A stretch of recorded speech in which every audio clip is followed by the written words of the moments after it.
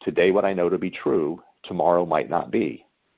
And what that allows me to do, and really anybody who would use that as a mantra of sorts, is that you can live your life based on what you understand is true to this moment. However, be open and receptive to new information, new ideas, new experiences, new ways of thinking, new perspectives, because your truth is going to be transformed.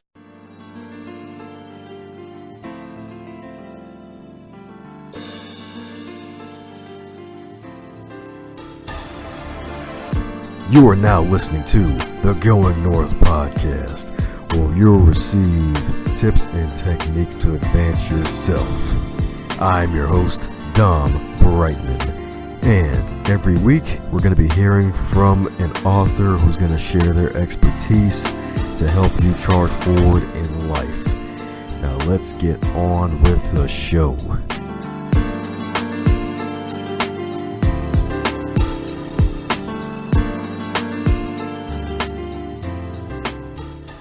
And today on the Going North podcast, we are back at you again with yet another author, but not just any author.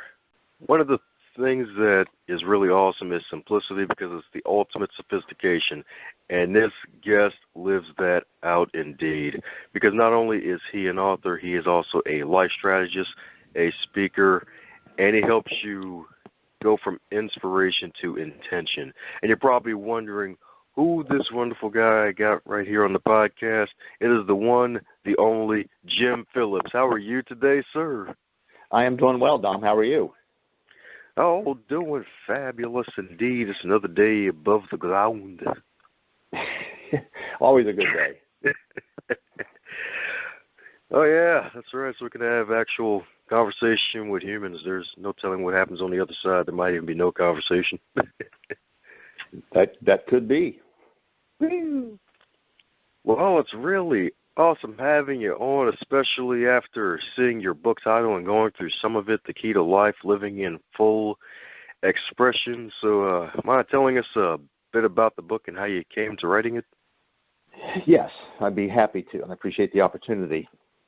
Well, as you said, the name of the book is The Key to Life, Living in Full Expression. And I think the main point to make in beginning is the word life is the acronym for living in full expression. And I believe that's our purpose for being here, our purpose for being here on the planet. It's to live in full expression of our truth. And then, of course, that brings to mind the question, well, what is the truth? And that's what we're here to discover. And I have further defined what I believe to be the purpose of life. And this is different from our life's purpose, and I'll explain that in a second too. But I believe the ultimate purpose of life, the reason we are all here, is the progressive realization of the truth. And that each decision we make, each action that we take, each experience that we have, provides that opportunity for us to get closer and closer to the truth, whatever that is. And it's in that process that we realize our own truth.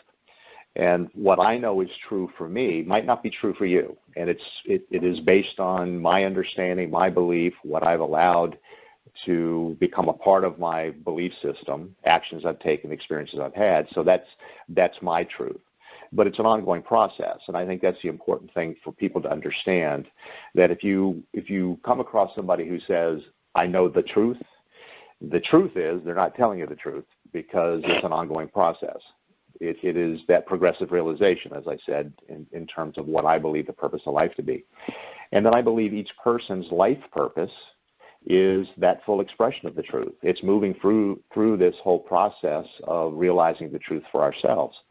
And that as we do that, we serve as an example to other people of what's possible for them. And I think that's a huge part of what we're here to do. I don't think there's any one thing we're here to do. I don't think that anybody can say that my calling is such and such and that's my life's purpose. That just happens to be the vehicle that they've chosen. And when I say vehicle, the means through which they go through this process of experiencing and expressing themselves. And they may have a gift. They may be a good speaker, good writer. They could be an actor. They could be an artist. They could be a school teacher. They could be a great kindergarten teacher. It doesn't really matter. But whatever is something that brings somebody that passion when they're engaged in it, that's what allows them to really start to live in full expression of their truth, because that truth is being experienced and expressed through that chosen career path, that chosen passion that they have. So the book itself was written as a result of a lot of my own life experiences. It's been also just a lifelong desire to better understand who I am, why I'm here, and what it is that I can do to not only live the best life possible, but be in service to other people. And it's not a book for people to read and say this is the way it should be. It's a book to read to open people to what is best for them, really opening people to different perspectives on life so that we don't get caught in this one way of looking at things, thinking that that's the only way, because I think we all have different perspectives. We're all unique. There is nobody, never will be anybody that's exactly the same as me or you, Dom, or anybody else. We're here as our own unique package. And we have the gifts, the tools, the opportunities that we've been given, and also that we create that give us that opportunity to better understand who we are and then to live in full expression of whatever that truth is for us. But that's really what the book's about. I mean, that kind of sums it up. I'm not going into any of the specific chapters or anything like that. If you have a particular topic within the book you want me to address, I can. But it's just really about getting to know yourself, getting to understand your truth, living from that truth, and in so doing, you're benefiting other people. That is great, and I do like the fact that you mentioned the living in full expression when you mentioned that, and then it kind of coincides with the truth being progressive, and it kind of makes sense because if you're expressing yourself, then you're going to be changing every year or every few years or every so often, so it's like the truth isn't really in concrete. It's ever moving. It's like water almost. Well, the truth is concrete because that's absolute. But our truth is based on what we know to this moment. And in fact, I just did one of my blog posts the other day had to do with this exact title. And I received a lot of pushback on it because what I was saying in this particular blog post that I did was that we all have information that's given to us. We make decisions based on that information. We can hold it as true, and yet we can also be given other information in the next minute, the next day, the next month. It doesn't really matter. That could change what we held as true prior to that. I don't believe that makes us wrong with the information that we held prior to that. It just means we either didn't have all of the information, enough information, or we were misinformed. But that's the progressive realization.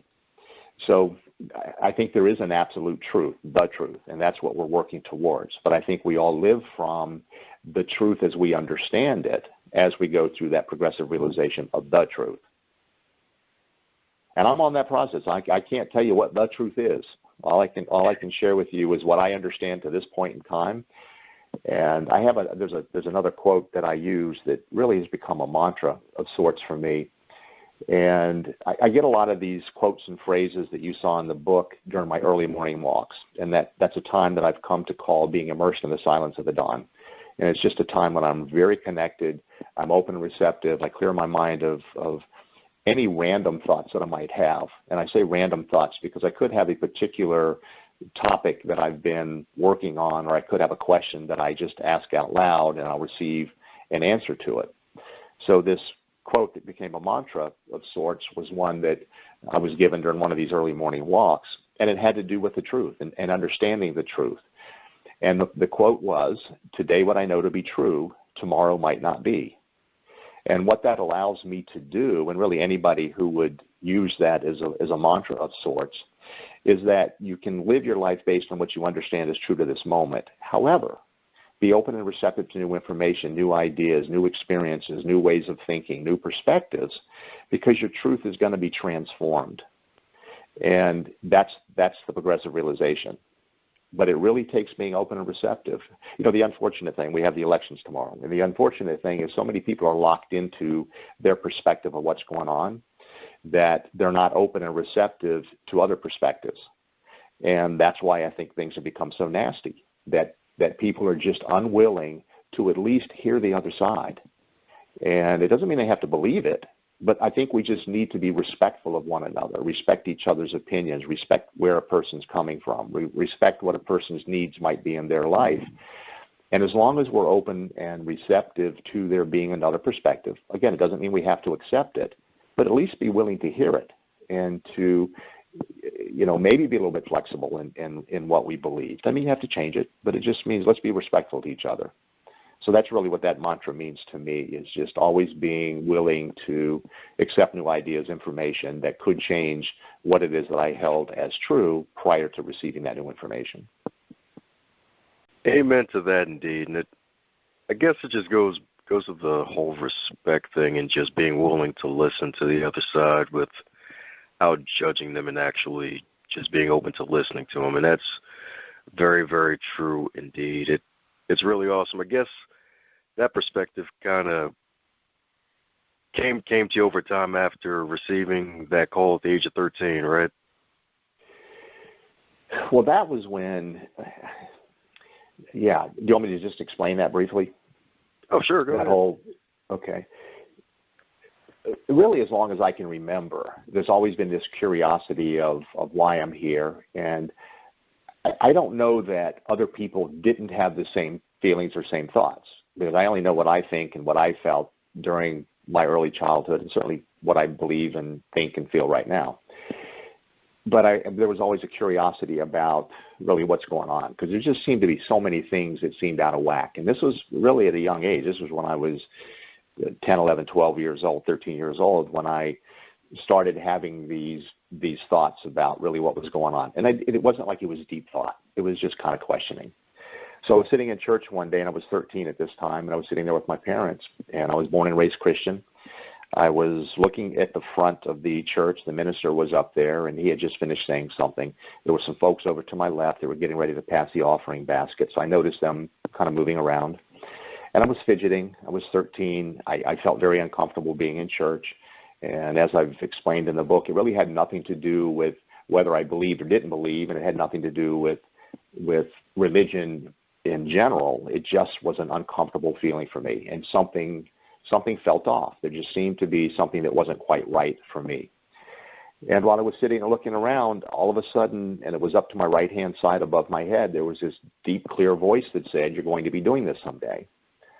And I just remember sitting there looking around. I looked at my parents. They didn't move. They didn't seem to have heard what I heard. Nobody else around me seemed to have heard what I heard. And then I was questioning myself, did I really hear that? But it was as clear as it could be. So then I remember just thinking to myself, well, there's no way.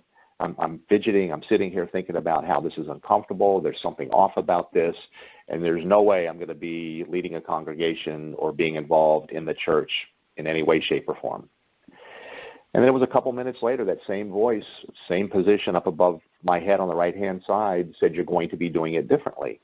And again, I looked around. My parents didn't move. Nobody around me moved. It didn't appear that anyone around me heard what was said.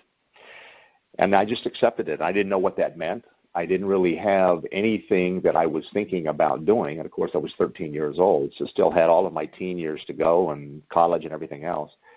But it was something that I'm not going to say I kept it to the forefront of my mind, but it was something I was aware of, that message or whatever anybody wants to call it was given to me. But then I noticed that as I was going through my teenage years and into college, certain situations would happen where I would be put in a position of answering questions for somebody, or be in a position to, I'm going to use the word counsel, although I don't call it counseling, but somebody would be going through a challenging time or issue, and they would start talking to me about it, and I would be able to answer them and give them guidance on it. And it was guidance way beyond what I had ever been trained to teach or to share. And it wasn't that it was anything extraordinary. It just happened to be appropriate for whatever the situation was. So then I kept going through my life. I was introduced to a lot of different books. I really started to look at more about my life's purpose, what I was here, what I was doing. And it wasn't until I published my book that my parents even knew about the incident in church. I never told anybody about it.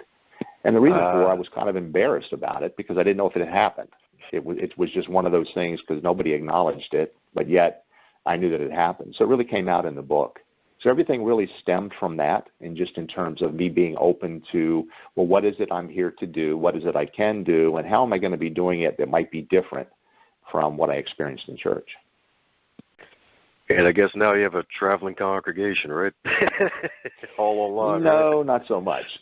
It's a very interesting, I'm going to say, an interesting position to be in, because I have my own thoughts and beliefs. I have a lot of people whose information that I've read. I have a lot of people that I resonate with what they say. I think there's people that resonate with me. I get a ton of pushback with stuff that I say.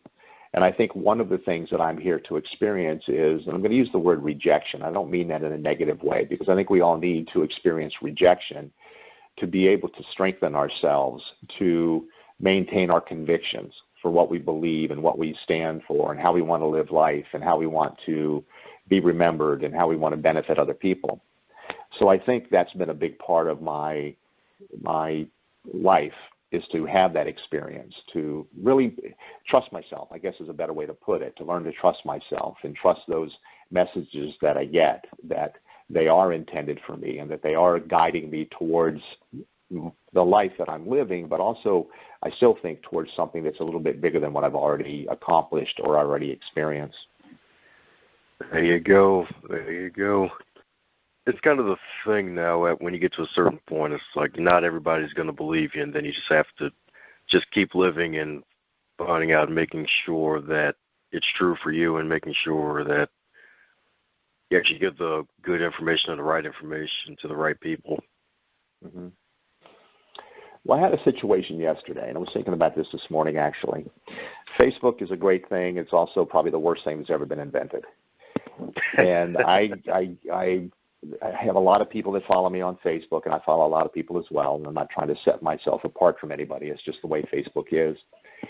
And a lot of people put some very controversial things on Facebook, and sometimes I'm compelled to answer it. Sometimes it's something that I really believe and resonate with, so I'll make a comment about it as well. And there was something, and honestly I don't remember exactly what it was, but it had to do with things in life happening for our benefit, regardless of what it is, that there's always going to be something we can gain from it that is going to help us expand, to grow spiritually, in many cases mentally, emotionally, and physically as well, but I think a lot of it has to do with spiritual growth. And a gentleman, and this was not my original post, I was actually commenting on a post that a friend of mine had put on Facebook, and some gentleman commented on it, and he said, yeah, right, things happen for everybody. Tell that to my brother who just lost his arm. And I just commented on it, and I said, I'm really sorry to hear about your brother. I said, but what I think he will find is that he will find and gain some benefit out of this once he looks at it from a much higher perspective. And I wasn't trying to be condescending. I was trying to help ease whatever pain there was by helping him understand there's a different perspective and that something can be gained from this. And then he started jumping all over me, saying that that's nice for me to say, it's fluffy, and yet you have no proof. And I said, well, it's not about me providing proof for you about what's true. It's about you finding the proof for yourself that would validate or support what you believe is true. And this went back and forth for a couple of comments and stuff, and it just finally got to the point where I had to let go. And I just said, I wish you all the best. I wish you blessings, and, move on. But it's that sort of thing where I find that getting back to the original part of the original comment we were having, or part of the conversation, and that is just being open and receptive to new perspectives. And at one point he told me I was trying to sell him my blog posts, and I said nothing about selling anything to anybody, but that's the direction that he took, like I was looking for something out of it, and I wasn't. So that's a lot of what I had, or anybody who feels like we have something that we can share. And again, it's not about telling somebody what to do or how to do, and it's not about telling somebody this is the truth. And I'll speak for myself.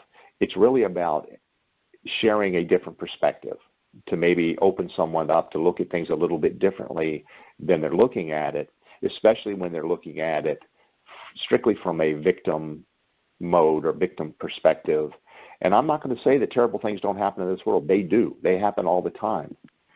And it's heartbreaking to see people go through the stuff that we go through. But I still believe, and this is just part of my conviction, I still believe that there's always something within whatever happens that is for our benefit. There's an experience we're to have. There's a perspective we're supposed to gain. There's an opportunity to benefit other people through whatever it is that we're going through. And that, to me, is the truth. And I can't prove that to anybody else. That's just what I hold as true. That's what helps me through difficult situations. And it's what helps me when I'm coaching my clients or when I'm writing or when I'm doing blog posts or whatever it is I might be doing. That I can agree with, because there's some things in the moment you may just be reacting emotionally to something and you haven't given it enough time to manifest into what it's supposed to turn into. So that's very true. Yeah, it's interesting being human, isn't it? That's right. We can think, we can act. All sorts of philosophies created, all sorts of amazing human things. And I think that's the point, though. There's all these different perspectives, different philosophies, different beliefs. And for us to shut ourselves down to another perspective, it's usually because we don't understand it.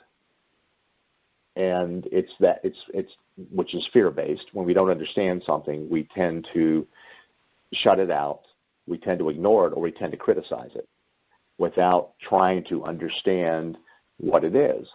And we can certainly say that about religion, we can say it about politics, we can say it about race, we can say it about different countries, whatever.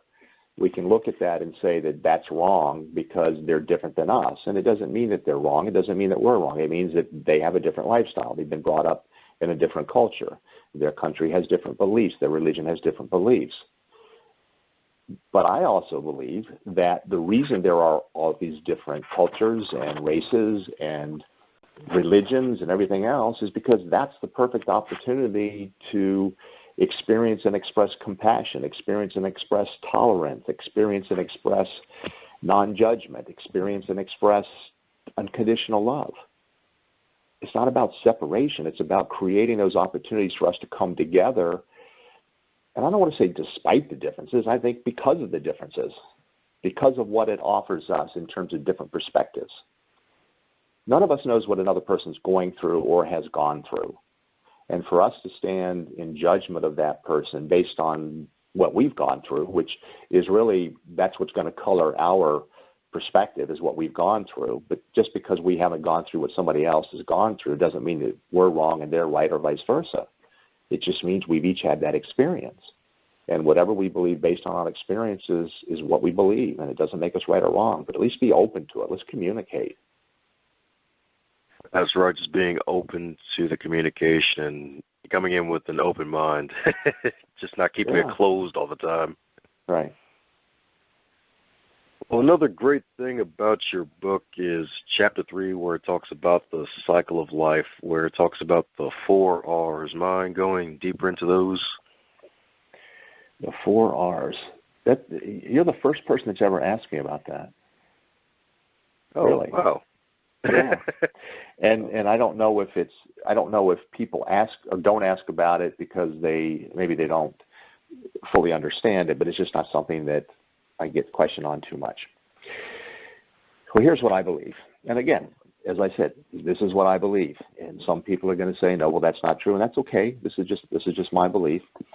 I believe there's 4 phases of a life cycle that we go through, and they all happen to begin with R. The first one is reflection, and I'll explain each of these in just a second. But the first one's reflection.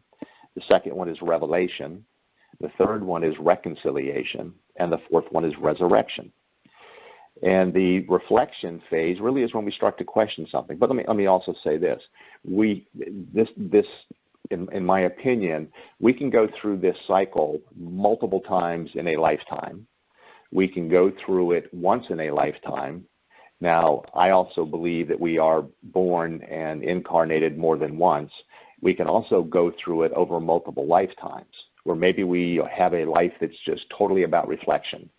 And then the next time we come around, we get into the revelation phase, or maybe we go from revelation into reconciliation, whatever it is. But I think that these cycles, there isn't any specified time frame. It's whatever is required of the soul to gain the benefit of the experience. So the first one is reflection, and that's the questioning phase. And this is where we just question why we are who we are, why things happen the way they happen. We question our life's purpose. We question the purpose of life. All the things that I think are the initial deep-seeking questions that most of us have. And for me, the questioning also comes in the form of maybe an idea or an expectation that I might have had about what my life should look like. And it's not unfolding the way that I thought that it should. So this expectation could be part of that reflection where I'm looking at, well, how come this isn't happening for me? Or how come this other person has this and I don't have that? And it's about staying away from judgment as much as possible. However, within that reflection phase, we do get into a little bit of judgment because we're making comparisons. And then the next phase is revelation. And that's where, after the reflection phase, we start to have these revelations and these aha moments where we start to see where things are making sense, where we start to see that there is a collaboration. And when I say collaboration, not only amongst people, but a collaboration with us and God, Spirit, the universe, whatever term anybody wants to use, where we start to see there's something much bigger than us. And I think we become more expansive in terms of our belief of who we are, what we're here to do. We start to experience ourselves a little bit more. We gain a better understanding of how powerful we are, and we start to let go of a lot of the judgment. And then we get to reconciliation. And this is where, after we've gone through reflection and revelation, we have the revelations, and then we start to reconcile that. We start to incorporate what the big ahas were into our life now. We start to live from that expanded knowledge. This is where, and we can go back to the progressive realization of the truth. If you look at these 4 phases, these are very much in alignment with getting to the truth. You're going to have reflecting on questioning. You're going to have revelations, the big ahas. You're going to have reconciliation, where you start to replace what you held as true to what you now have discovered is true. Again, for you, as you go through that big progressive realization of the truth. But the reconciliation also is we rise in consciousness. And as we rise in consciousness as individuals, we're also rising in consciousness as part of the consciousness of humanity. So we're benefiting other people around us by our continued growth and expansion as an individual expression of the divine. And then resurrection, literally, to me, it's I think we all have heard the term resurrection before, and this to me is the death of who we believed ourselves to be, and the resurrecting of a more true version of who we truly are. So we're letting go of all those thoughts and beliefs and anything that we were holding about ourselves that wasn't true. It could be limiting beliefs. It could be experiences that we've had and held on to, saying that these define us, which they don't. They're only experiences of life. But it's just that previous expression of who we were or who we believed ourselves to be has now reformed. We're now living from a higher understanding of who we are, an expanded version, if you will, of who we are and who we know ourselves to be. So that's pretty much it, the 4 phases. And again, I think we can go through it multiple times in a lifetime. We can go through it once in a lifetime, or we can do it over multiple lifetimes. That is powerful indeed, especially the resurrection piece, because it's really powerful to feel like some people may go through that phase and they become just a new person after maybe possibly just reflecting on something in the past and just making a slight change for the better. Yeah, and it's a continuous process too, and I think that's a point that I want to make sure that anyone listening understands. When you get to the resurrection phase and you have now emerged as a truer version of yourself, that now becomes your default point. And your default point is going to be higher than, hopefully, higher than your previous default point. And when I say default point, the point at which you would not go below. You're going to understand and believe and live from that truth of what you just discovered going through this cycle. But then we go back to the reflection phase. And now we're at this new level of awareness, but we go back to reflection and we start to reflect based on this new awareness. And there's many more things that we're going to be reflecting on. It's going to be deeper reflection.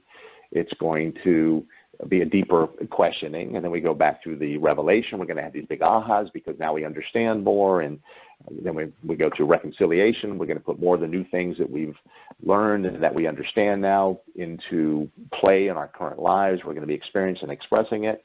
And we get back to resurrection, where now there's another enhanced version of us that's now taken the place of the one that metaphorically has died.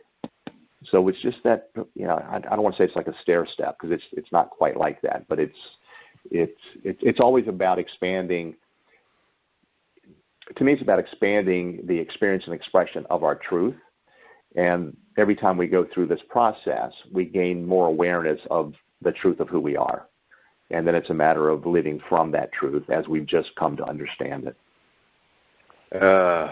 And speaking of revelations and reflections, if you were to go back in time and you were 25, but instead you're in the current year of 2018 with all of your knowledge and experience, what would be the first piece of advice you give to yourself?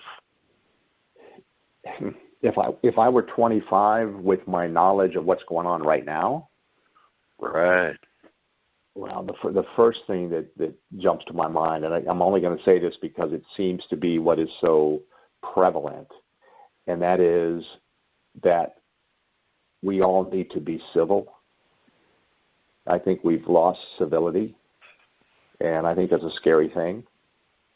And I think with that is the openness and willingness to honor and respect each other, and to not judge each other based on different opinions we might have, different ways that we might live, we can get into race, background, country, culture, all of that stuff too. I think that, to me, would be the most important thing that I could take back in time with me, if you will, from age 25, and then be courageous enough to live in full expression of that so that I could impact the people that were around me in a positive way.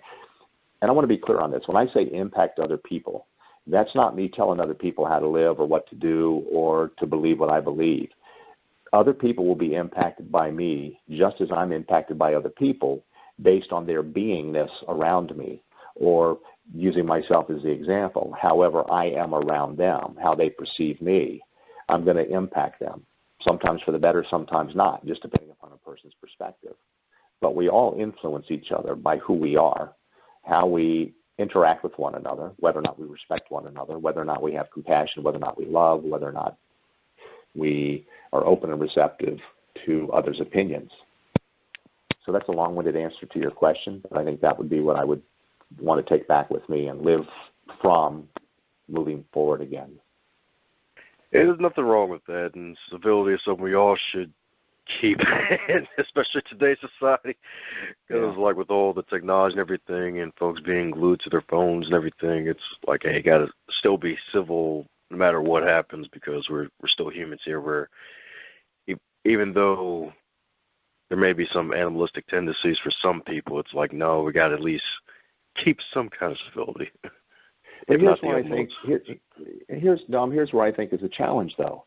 I think that information is so readily available, whether it's true or not, that people don't take the time to verify what they're receiving.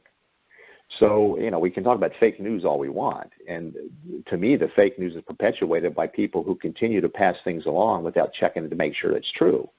And that just builds and builds. And, of course, with social media, it hits millions and millions and eventually billions of people who are then going to be influenced by it.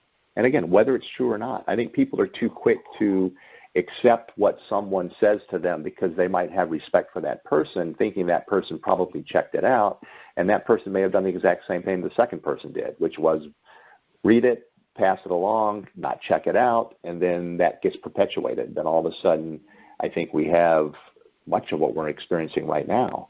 I think people just need to fact check. That's such a big term right now.